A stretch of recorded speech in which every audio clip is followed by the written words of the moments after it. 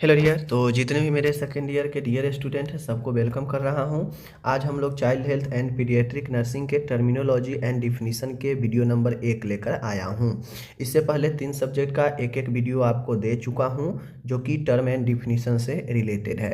ठीक है, तो आप लोग देखेंगे समझेंगे। आज हम लोग चाइल्ड हेल्थ, और यह चाइल्ड हेल्थ आपका चौथा सब्जेक्ट और आखिरी सब्जेक्ट होता है। ठीक है ना। जब भी आपके एग्ज़ाम होंगे तो पहले MSN 1 का, फिर MSN 2 का, फिर मेंटल हेल्थ का, फिर चाइल्ड हेल्थ का, इस तरीके से 4 सब्जेक्ट का आपका एग्ज़ाम होता है, 4 पेपर का। ठीक है, सेकेंड ईयर में। पहला प्रश्न कह रहा है बीनिंग क्या होता है। तो देखिए हम लोग समझते हैं बीनिंग। बीनिंग जो होता है, कहने का मतलब है कि जैसे बच्चा जब जन्म लेता है तो उसके लिए जन्म के बाद 6 महीने तक जो है सर्वोत्तम आहार माँ का दूध माना जाता है। ठीक है, माँ का दूध माना जाता है। लेकिन 6 महीने जो हो जाने के बाद, चूँकि बच्चे का डिमांड बढ़ जाता है उस समय, ठीक है, शरीर वृद्धि विकास के लिए जो है 6 महीने के बाद जो है माँ का दूध पर्याप्त नहीं हो पाता है। ठीक है ना। 6 महीने तक माँ का दूध पर्याप्त है बच्चे के लिए, लेकिन जब 6 महीने का बच्चा हो जाता है तो फिर माँ के दूध पर्याप्त नहीं होता है बच्चे के पूरा पोषण के लिए। तो इसके लिए स्तनपान के साथ में थोड़ी थोड़ी ऊपर से भी जो आहार दिया जाता है बच्चे को, वही बीनिंग कहलाता है। देखिए बीनिंग का मतलब ये नहीं है कि स्तनपान को छुड़ा देना। ठीक है ना, स्तनपान तो चल ही रहा है, साथ में एक्स्ट्रा में थोड़े थोड़े बच्चा जो पोषण ले सके, जो बच्चा खा सके, वह थोड़ी थोड़ी ऊपरी आहार देना भी जो है बीनिंग कहलाता है। ये स्तनपान के साथ में होता है। बीनिंग का मतलब ये नहीं है कि स्तनपान को बिल्कुल छोड़ा ही देना, नहीं, स्तनपान के साथ में ऊपरी कुछ आहार देना बच्चे को, यही प्रक्रिया बीनिंग कहलाती है। ठीक है, क्यों? क्योंकि जब बच्चे 6 महीने के हो जाते हैं तो उनके शरीर का जो डिमांड है वह बढ़ जाता है, वृद्धि विकास का समय होता है, इसलिए इस समय पोषण का डिमांड बढ़ जाता है। और इस कंडीशन में माँ का दूध जो है आपके पूरा नहीं कर पाता है, इसलिए ऊपरी आहार देना चाहिए 6 मंथ में, और यही बीनिंग कहलाता है। ठीक है, तो मोटा मोटी मैं आपको अपने लैंग्वेज में समझाता हूँ, समझिएगा। चीज़ों को समझना ही सबसे महत्वपूर्ण है। ठीक है, कहीं भी चीज़ों को आप समझ लीजिएगा तो उसको आसानी से डिस्क्राइब कर सकते हैं। दूसरा है कृत्रिम पोषण। आर्टिफिशियल फीडिंग कहने का मतलब होता है कि माँ के दूध से बच्चे को पोषण प्राकृतिक पोषण कहलाता है। माँ का दूध जो है वह प्राकृतिक पोषण है। ठीक है, लेकिन जब माँ के दूध से पोषण न करके ऊपरी आहार एवं माँ के दूध के प्रतिस्थापक ब्रेस्ट मिल्क सब्स्टिट्यूट दिए जाते हैं तो इसे कृत्रिम पोषण कहते हैं। कृत्रिम पोषण कहने का मतलब होता है माँ का दूध है वह आपका प्राकृतिक पोषण है, ठीक है, बच्चे के लिए। लेकिन जब माँ के दूध के जगह पर कोई अलग बाहरी आहार दिया जाए, या माँ के दूध के जगह पर कोई दूसरा बाज़ार में बिकने वाले प्रोडक्ट वाला दूध दिया जाए, तो वही जो है कृत्रिम पोषण कहलाता है। ठीक है, यानी माँ के दूध जो है वह प्राकृतिक है, और माँ के दूध के जगह पर अगर कोई बाज़ार में बिकने वाला दूध या बाज़ार में बिकने वाला कोई अन्य प्रोडक्ट बच्चे को दिया जाता है तो वही आर्टिफिशियल कृत्रिम पोषण कहलाता है। ठीक है, तीसरा है अंडर 5 क्लिनिक। अंडर 5 क्लिनिक जो होता है यह अंडर 5 यानी 5 साल के अंदर के बच्चे के लिए होता है। ठीक है, अंडर 5 क्लिनिक जो होता है 5 वर्ष तक के बच्चों के देखभाल से संबंधित यह क्लिनिक है। ठीक है, इस क्लिनिक के द्वारा 5 वर्ष तक के बच्चों को नैदानिक, उपचारात्मक तथा रक्षात्मक प्रकार की स्वास्थ्य सेवाएं प्रदान की जाती है। कोई भी क्लिनिक होता है उसमें बेसिकली यही 3 तरह के सेवा दिया जाता है, एक नैदानिक, एक उपचारात्मक और एक सुरक्षात्मक। ये 3 प्रकार के जो है आपको सेवा क्लिनिक में मिलता है। ठीक है ना, तो अंडर 5 क्लिनिक में भी 5 वर्ष तक के बच्चे को नैदानिक, उपचारात्मक, सुरक्षात्मक प्रकार के स्वास्थ्य सेवा प्रदान की जाती है। क्यों? क्योंकि बच्चे जो है दुर्बल यानी कमज़ोर समूह के होते हैं। फटाक से जो है इनको कोई बीमारी पकड़ लेता है, फटाक से जो है ये इनका शरीर कमज़ोर होता है, इसलिए जो है इनको मदद के लिए, इनको सेवा के लिए खास अस्पताल क्लिनिक की ज़रूरत होती है, तो वह अंडर 5 क्लिनिक ज़रूरतों को पूरा करता है। ठीक है, चौथा है यहाँ पे आमाशय छिद्रन, मध्यांत छिद्रन, ठीक है, गैस्ट्रोस्टोमी, जिज्नोस्टोमी, ठीक है। एस्टोमी का मतलब होता है छिद्रन करना, ठीक है, छिद्र करना। गैस्ट्रो और जिज्नो, जिज्नो का मतलब होता है जो जेजुनम होता है उसमें, और गैस्ट्रो का मतलब होता है पेट में, ठीक है, और एस्टोमी मतलब होता है छिद्र करना। तो अब इसमें देख लीजिए आप लोग, यहाँ पे समझ लीजिए, जब बालक के ऊपरी आंतरीय मार्ग या समान मार्ग, देख लीजिए, समान मार्ग की जब शैल क्रिया होती है, क्रिया या अन्य किसी परेशानी के कारण पोषण को आमाशय एवं आंतों तक पहुंचाना संभव नहीं होता है, तब गैस्ट्रोस्टोमी एवं जिज्नोस्टोमी के द्वारा पोषण फीडिंग की जा सकती है। गैस्ट्रोस्टोमी, जिज्नोस्टोमी कहने का मतलब है कि एक बच्चा है, ठीक है, बच्चा का जो ऊपरी मार्ग है या जो नॉर्मल मार्ग है भोजन करने का, जैसे हम लोग मुंह से निगलते हैं तो वह आहार नाल से होते हुए, ठीक है ना, आहार नाल से होते हुए आमाशय में आता है, आमाशय से होते हुए आपके आंत में जाता है, ठीक है, पचने के बाद, और फिर जो है आपके चला जाता है मलाशय में। लेकिन बच्चा जब ऊपरी मार्ग से या समान मार्ग में कोई शैल क्रिया हो या अन्य कोई परेशानी हो जिसकी वजह से बच्चा जो है आमाशय एवं आंतों तक जो है भोजन पहुंचना संभव नहीं हो पाता है। अब जब नॉर्मल मार्ग से करेंगे ही नहीं, ठीक है, नॉर्मल मार्ग में कोई सर्जरी है या कोई प्रॉब्लम, अन्य प्रॉब्लम है जिससे पोषण जो है आमाशय तक पहुंचेगा ही नहीं, आंतों तक पहुंचना संभव ही नहीं है, तो उस स्थिति में डायरेक्ट जो है पेट के ऊपर यानी आमाशय के ऊपर गैस्ट्रोटोमी या जिज्नोस्टोमी छिद्र करके डायरेक्ट जो है एक स्टोमा लगा दिया जाता है छिद्र पर, और उससे डायरेक्ट जो है आमाशय और पेट में फीडिंग पहुंचता है डायरेक्ट, ठीक है, समझ गए। चलिए, पांचवा यहाँ पे है एनीमा। एनीमा जो होता है यह एक प्रकार का जो है आपके रोगी की आंत की सफाई हेतु मलाशय द्वारा प्रविष्ट कराना अथवा औषधि या पोषण प्रवेश करवाना ही एनीमा देना कहलाता है। देखिए, एनीमा जो होता है वह मल के रास्ते से, ठीक है, मल द्वार से, ठीक है ना, मल द्वार से जो है यह शरीर के अंदर प्रवेश कराया जाता है। अब यह एक लिक्विड, यह एक तरल के रूप में होता है, समझ गए। जो घोल तैयार किया जाता है वह बेसिकली या तो आंत के सफाई करना हो, ठीक है, कब्ज हो गया हो तो, या फिर कोई औषधि देना हो, या कोई तरल अंदर प्रवेश कराना हो, ठीक है, या फिर पोषण भोजन के पर्पज से देना हो, तो मल द्वार के रास्ते यह प्रविष्ट कराया जाता है एनीमा, ठीक है। छोटे बच्चों को भी एनीमा बड़ों के तरीके से ही दिया जाता है। बच्चों को दिए जाने वाले एनीमा में द्रव की मात्रा बड़ों की तुलना में कम होती है, ठीक है।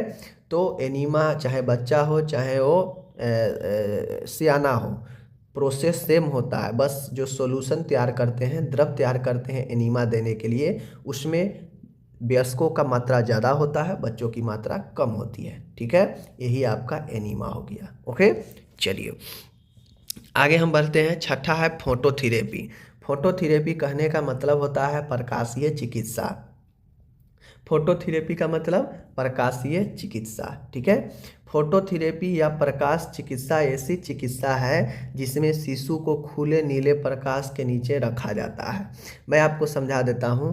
प्रकाशीय चिकित्सा तब दिया जाता है जब कोई बच्चा जन्म लिया और उससे जो है बिलिरुबिन लेवल काफ़ी ज़्यादा बढ़ जाता है, जॉन्डिस वाला बच्चा है, तो उस स्थिति में उसे एक उपकरण होता है फोटोथेरेपी के, उस फोटोथेरेपी के उपकरण में रखा जाता है, और बच्चा के जो उपकरण होता है उसमें रखने के बाद उस पर एक नीले कलर का प्रकाश जो है डाला जाता है, ठीक है।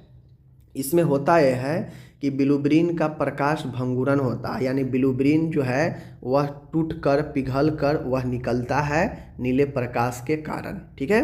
जो अब ये जो बिलिरुबिन होता है ये त्वचा में जमा रहता है, ठीक है। अप्रत्यक्ष रूप से बिलिरुबिन को घुलनशील हानिकारक पदार्थ में बदल देता है यह प्रकाश, जो गुर्दों द्वारा उत्सर्जित कर दिए जाते हैं। मैं आपको समझा दूँ, फोटोथेरेपी यह एक उपकरण के सहायता से, ठीक है ना, प्रकाशीय चिकित्सा बच्चे को दिया जाता है। जब बच्चों के बिलिरुबिन लेवल बहुत ज़्यादा बढ़ा रहता है तो ये बिलिरुबिन जो है स्किन के साथ चिपका हुआ रहता है, ठीक है।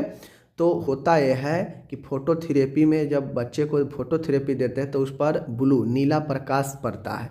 उस नीला प्रकाश में थोड़ा सा वाइट प्रकाश के ट्यूब का भी मिक्स किया जाता है, क्योंकि सिर्फ और सिर्फ नीला प्रकाश बच्चे को हानि पहुंचा सकता है। इसलिए उसमें एक आध ट्यूब जो लगाया जाता है लाइट का, वह वाइट कलर का भी डाल दिया जाता है ताकि ब्लू का प्रभाव सिर्फ न रहे। ठीक है, अब ये क्या करता है, ब्लू प्रकाश मिलके जो बॉडी में जमा हुआ बिलुब्रिन है उसको क्या करता है, घुलनशील बना देता है, और शरीर से बाहर जो है जब घुलनशील हो जाता है तो किडनी उसे उत्सर्जन कर देता है। ठीक है, तो यही प्रकाशीय चिकित्सा होता है।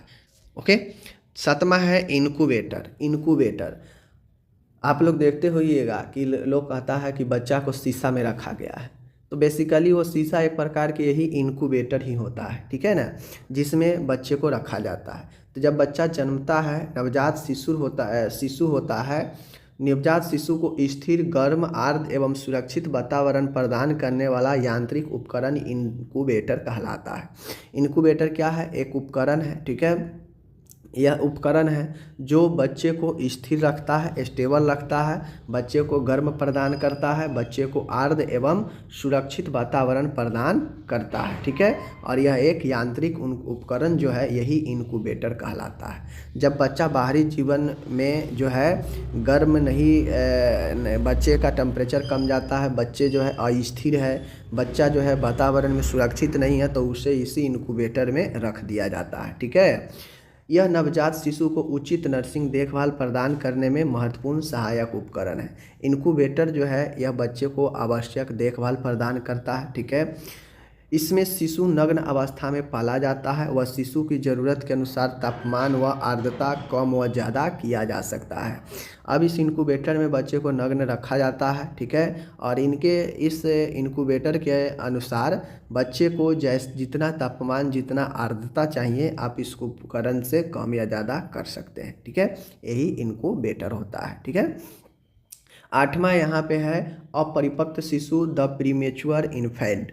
अपरिपक्व शिशु कहने का मतलब है कि जो समय बनाया गया है गर्भ का 280 दिन, ठीक है, या 40 सप्ताह, समझ गए, तो ये नॉर्मल बनाया गया है। लेकिन मैं बता दूं यहाँ पे कि 37 से लेकर 40 सप्ताह तक अगर बच्चा का जन्म इस पीरियड के अंदर होता है मतलब वह नॉर्मल माना जाता है। ठीक है ना, लेकिन बच्चा जब 37 सप्ताह से पहले जन्म ले लेता है तो उसी बच्चे को हम लोग क्या कहते हैं, द प्रीमेच्योर इन्फेंट कहते हैं, अपरिपक्व शिशु कहते हैं, क्योंकि 37 सप्ताह से पहले जन्मे बच्चा अपरिपक्व होता है। ठीक है, वह पूर्ण रूप से विकसित नहीं होता है, इसीलिए अपरिपक्व शिशु कहते हैं। 9वां है कम वजन वाला शिशु, लो बर्थ वेट बेबी। कम वजन वाला शिशु का कहने का मतलब है कि ऐसा शिशु जिसका जन्म के समय वजन 1500 से लेकर 2500 यानी 2500 ग्राम तक होता है, यानी 1.5 केजी से लेकर 2.5 केजी तक होता है, तो इसे हम लोग लो बर्थ वेट बेबी कहते हैं। जैसे ही 2500 ग्राम यानी 2.5 केजी से ज़्यादा वजन होगा तो यह लो बर्थ वेट बेबी के अंदर नहीं आएगा। ठीक है, ध्यान दीजिएगा। अगर ये चीज़ें 1500 से कम कहेगा, 1500 से कम वजन वाले बच्चे को क्या बोलते हैं, तो very low birth weight baby बोलेंगे। ठीक है, लो के बाद वेरी लो हो जाता है 1500 से कम में। ओके, 10वां है टॉन्सिलाइटिस।